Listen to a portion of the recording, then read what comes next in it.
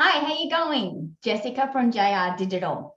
I want to talk about a forgotten search engine that actually drives some quality leads and inquiries when you pair it up with some paid advertising.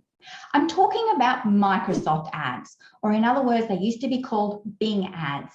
So Bing is the default search engine if you're using a Microsoft browser, such as Microsoft Edge or Microsoft Explorer. If you have a Microsoft laptop or computer, it's the default that your software comes with. And so have a think about it.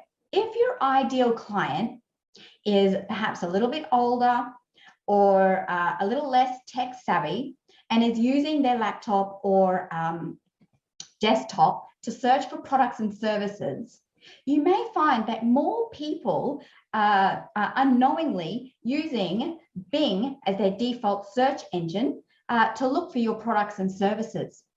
So I'd like you to consider about using Microsoft Ads as part of your marketing mix. Not only is it cheaper than Google Ads, there's less competition. Used with Google Ads, it can drive some powerful results for you, but using it on its own, yes, it'll be a slower burn because there is less search volume when compared to Google, but it can still drive results into your business at a really reasonable price. So there you have it.